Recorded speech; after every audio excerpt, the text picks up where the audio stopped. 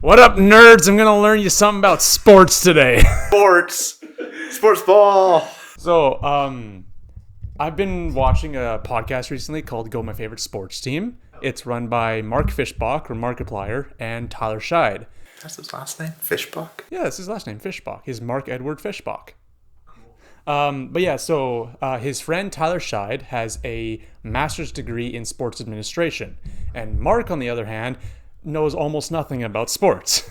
So they decided to make a podcast where Tyler basically teaches him about sports. It's really cool. I love listening to it.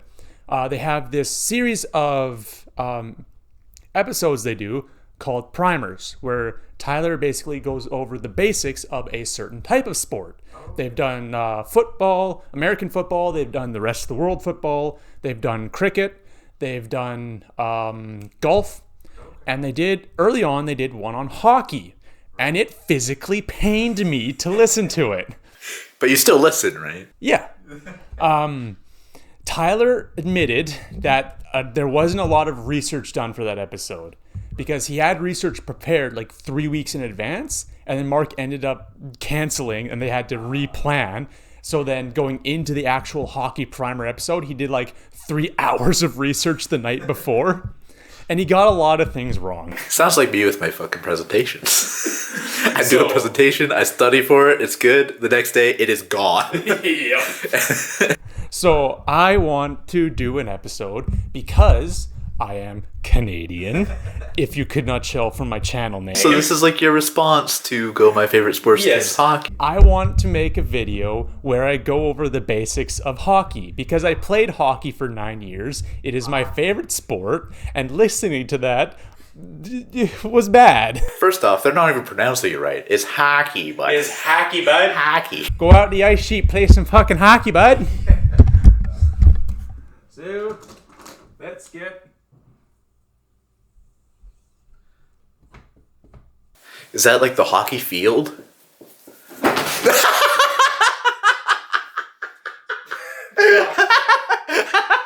The fucking what?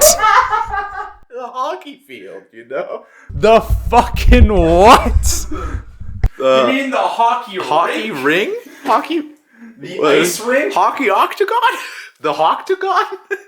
Oh my god. Don't you ever fucking say that. That was fucking hilarious. Yeah, no, it's a rink. I know. Give me a minute. Oh my god, just the way I asked that and you froze, and then the board was let down by me. Even the fucking whiteboard was pissed off by that question. Did you ever realize the bottom part of that rink kind of looks like a smiley face? Where the goal is? No, I haven't. Probably because it's not actually shaped like that, and I just drew it that way because I'm bad at drawing. All right. Yeah, those are like the 5 places they do face off. There's more than 5.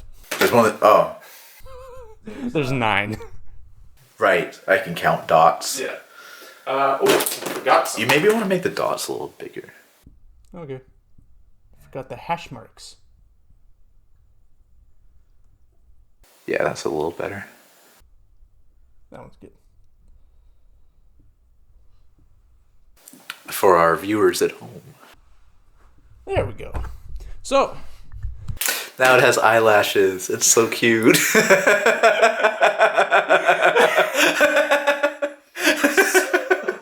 This is a representation of... Totally looks like a phallus on the top right. Should maybe move the magnets away from that. Oh. That's better.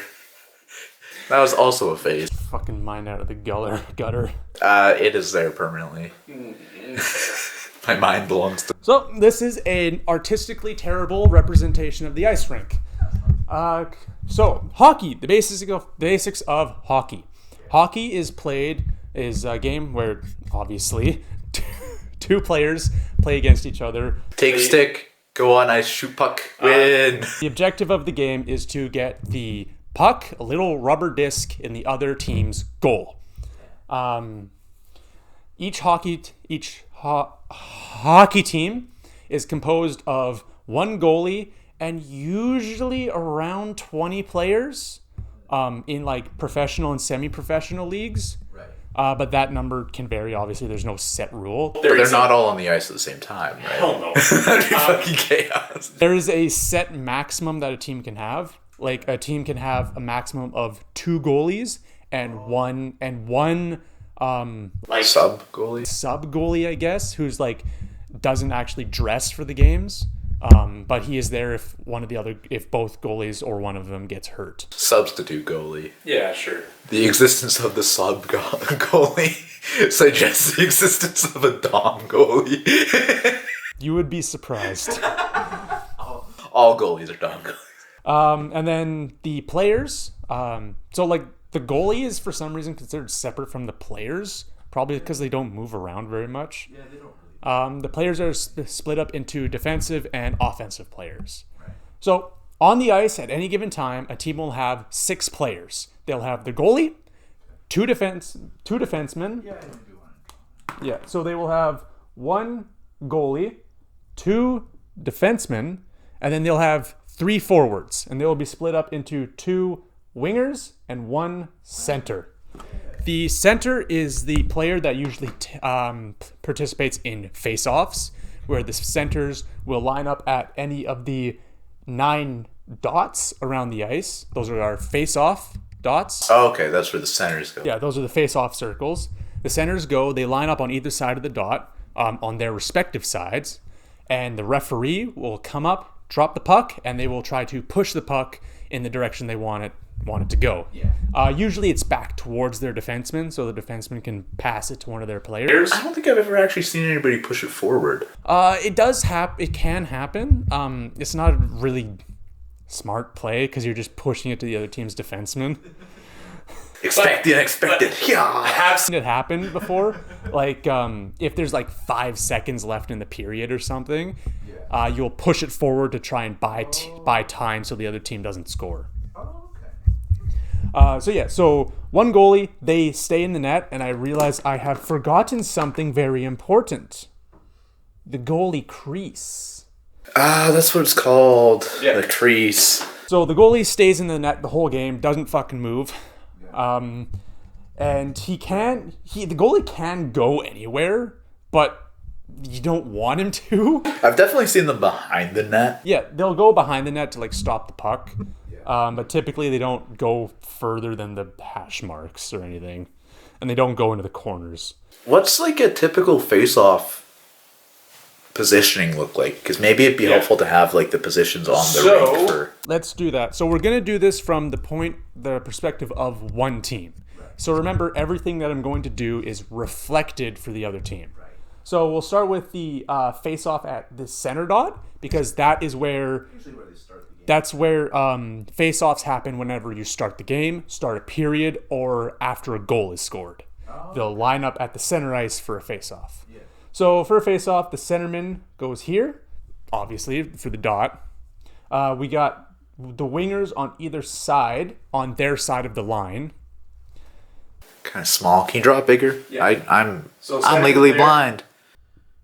And then wingers on either side of the circle, on their side of the line. Maybe you want to put like a W and like C's. I can do that, yeah. Yeah.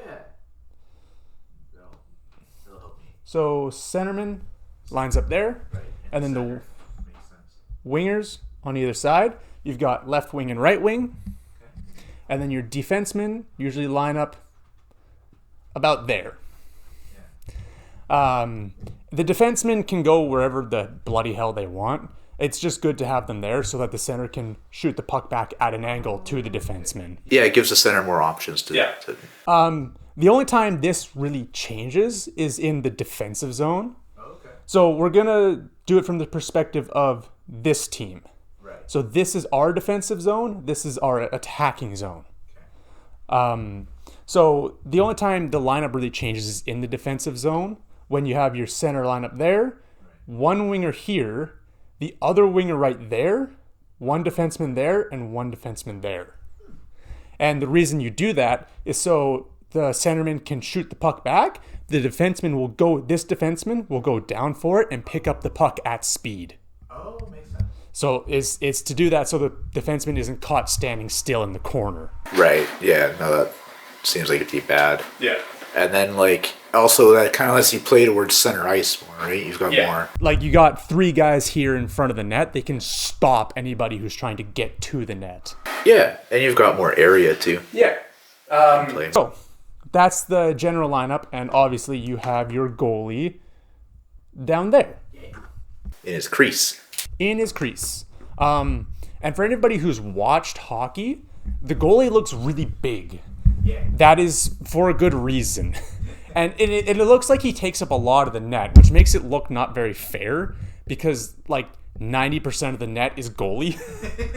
But that is for a very good reason. The goalie is covered in pads because they're getting shot at with a solid hard rubber disc. That's cold. This isn't like your fucking bouncy ball rubber. This is hard rubber. Dense, fucking me. Go get a hockey puck. Find out how hard it is. Surprisingly fucking hard. You think, it's rubber. I can bend it. No. So he's covered in pad, and this puck is getting shot at hundreds of kilometers an hour. For our American friends, that's 60 miles an hour. 60 freedom units. 60 freedom units. 60 cheeseburgers per.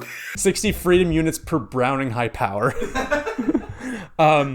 So he's got to have a lot of padding so that the puck won't hurt him. Yeah. I mean, have you ever been hit by a fucking Yes. Especially when it's cold. I played defense. I got hit all the time by the puck. We played ground hockey. Street hockey.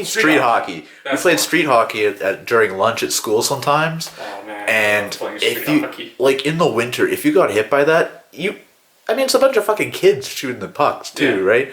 But or tennis balls. We'd play with tennis balls and it'd still hurt just because it's cold. Yeah. And it's an object flying at you it can hurt. With some speed. It still hurts. So, and the reason why the net is small and the goalie takes up so much of it is because that is part of the challenge. It takes skill to get the puck past the goalie. So you don't want a big fucking net like soccer has.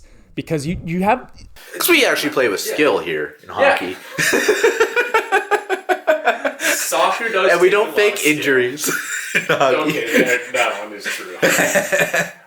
There is actually a penalty in hockey called not showboating, embellishment. Oh, okay. Where if you try to oversell a penalty for the other team, you get a penalty.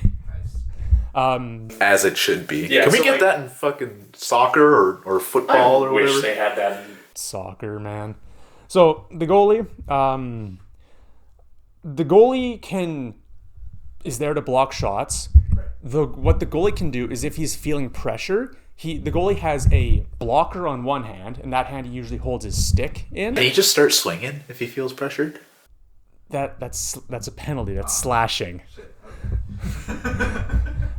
He has a blocker in one hand and he has a glove in the other hand. Typically the glove is for catching shots, and if the goalie catches it and doesn't drop it immediately, the play is called dead, and they have a face-off at one of the circles, and it'll be on the side the shot originated from. Oh, okay. So if the defenseman shoots it from up here and the goalie catches it, face-off will be at that circle. I actually never knew that.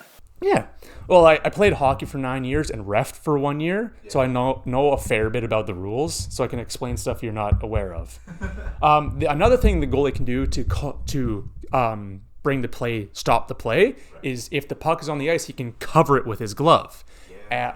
However, the goalie can only do that in a certain area. He can only do that inside of his crease and within an area behind the net called the trapezoid. Some ice rinks don't have it. Some do. It's typically there. I thought it would go the other way. I thought it would wing out. No, but it actually spreads out away from the center. He can cover it.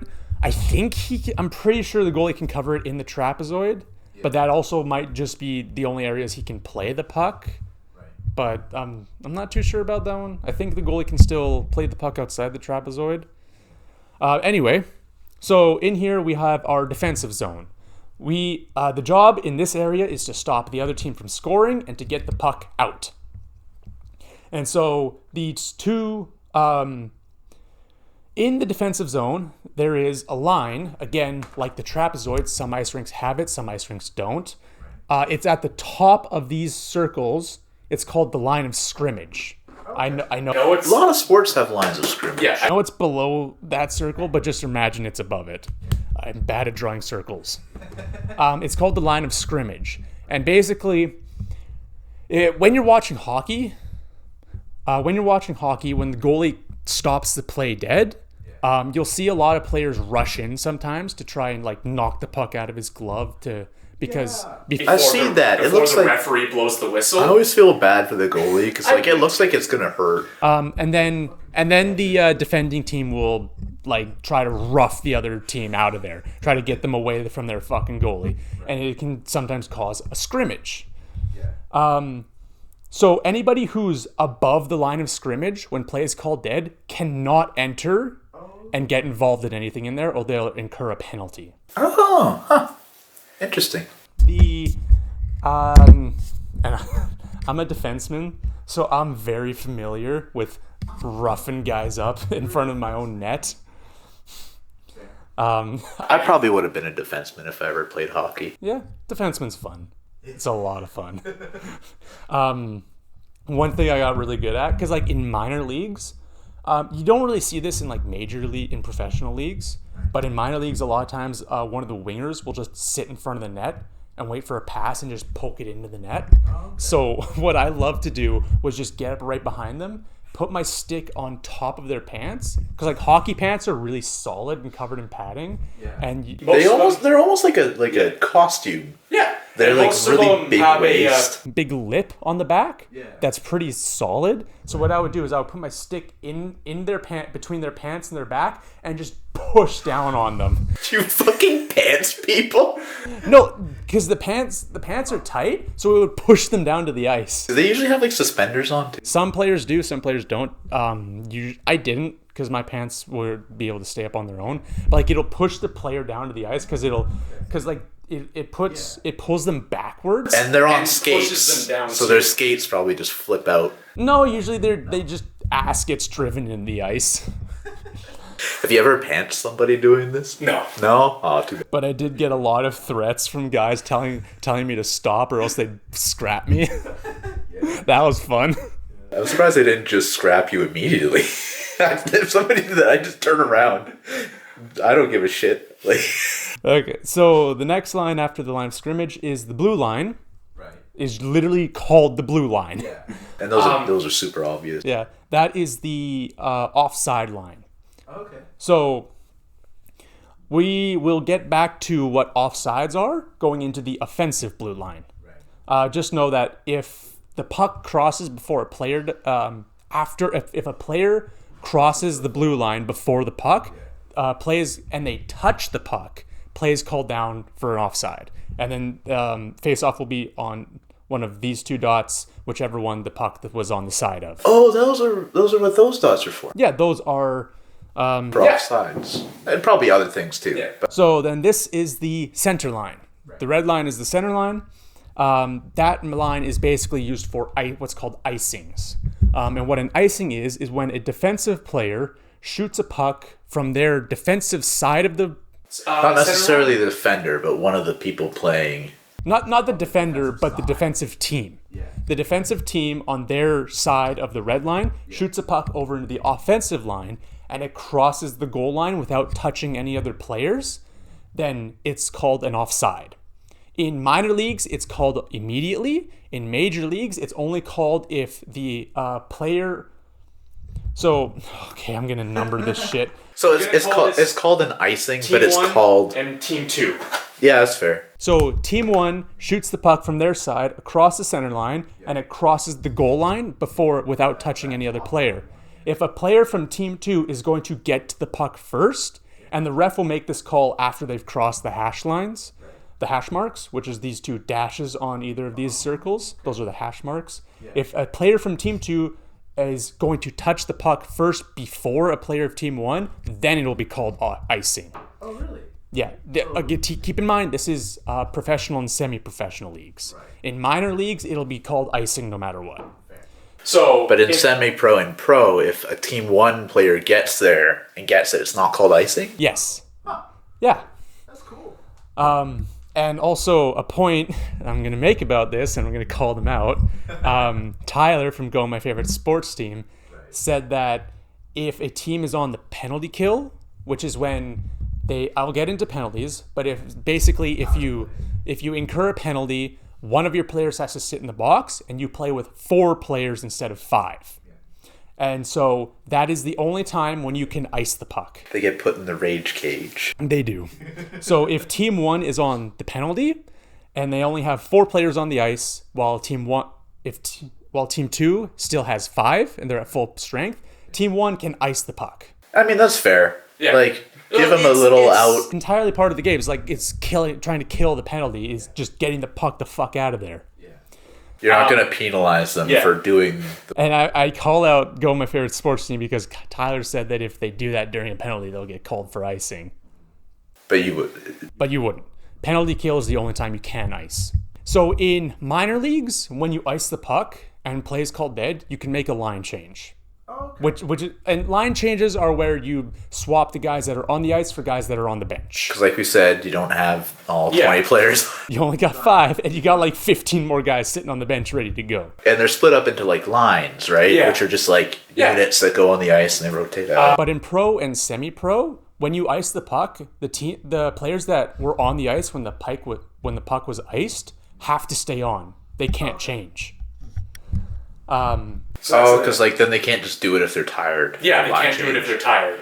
That's like a strategy in minor leagues where if you're getting tired, just dump the puck. And I mean, they're kids. But in pro leagues, you can't do that. So, next blue line, we get to talk about offsides because there's some interesting rules about offsides. Because this line isn't a thin line on the ice. It's a foot thick. Yeah. It's 1 foot thick. So the thing about icing is I'm going to draw the blue line like this. Okay. And that's the width? Yeah. Yeah, that's the width. This is the width of the blue line. The puck is moving that way towards the offensive side. Right. If the puck crosses the blue line, before all of the player is fully across the blue line, then it's good. So if the player has the edge of their skate right there when the puck crosses the blue line, that's good. That's not offside. The whole body of the player has to be on this side of the blue line for it to be called offside. Okay. And so the same thing can happen if the puck goes out and then back in. So if the puck comes out and then back in, all players have to cross this part of the blue line before they can head back in. At least part of their body. You're losing me a little bit. Okay, so puck is in the offensive zone. Right. So, like... We are Team 1. We're Team 1. Team 1 is on offense? Team 1 is on offense. This is Team 2's defending zone is Team 1's offensive zone. So puck is in Team 1's offensive zone. Puck gets chipped out into the center zone. Okay. Puck gets chipped back into the offensive zone. All of Team 1 has to cross this side of the blue line before they can go back in and play the puck. Or else it would be called offside. Gotcha. They have to follow the puck across and then back across. Yeah. Gotcha. That makes sense. And if they don't do that, then they're called offside, and then you get offside face off. Most offside calls will either line up at the dots that are next to that blue line. Right. However, if the ref has reason to believe that the player purposely caused an offside so that the other team would not get an advantage, they will be moved to the other dots. Oh, farther back? Yes. So say Team 1 incurs an offside over here so that Team 2 doesn't get an advantage. The face-off will be at these dots when it would normally have been at these dots. And that'd be like if there's a player from Team 1 in the blue and then they send it to another Team 1 outside the blue. So let me give an example. Yeah. Examples help me out. Puck gets chipped out into the center zone while Team 1 is still in the offensive zone. Right. Puck gets moved back in, and a player from Team 2 picks up the puck. Okay. And a player from team 1, instead of trying to get out so they can get back into play, they will go straight at them to try and stop them from getting an advantage. Because he doesn't want team 2 to have the puck, and he wants to do a face-off. Maybe that will cause a face-off at these dots instead of these dots. That makes sense, because that's closer to team 1's net. So like kind of. And then so into the offensive zone, same thing for this zone. Just the other way around. Line of scrimmage, goal line, trapezoid. Okay. So that is the basics, how the rink is constructed, and some rules. I want to get into penalties now, because penalties are fun. I'm going to try and remember.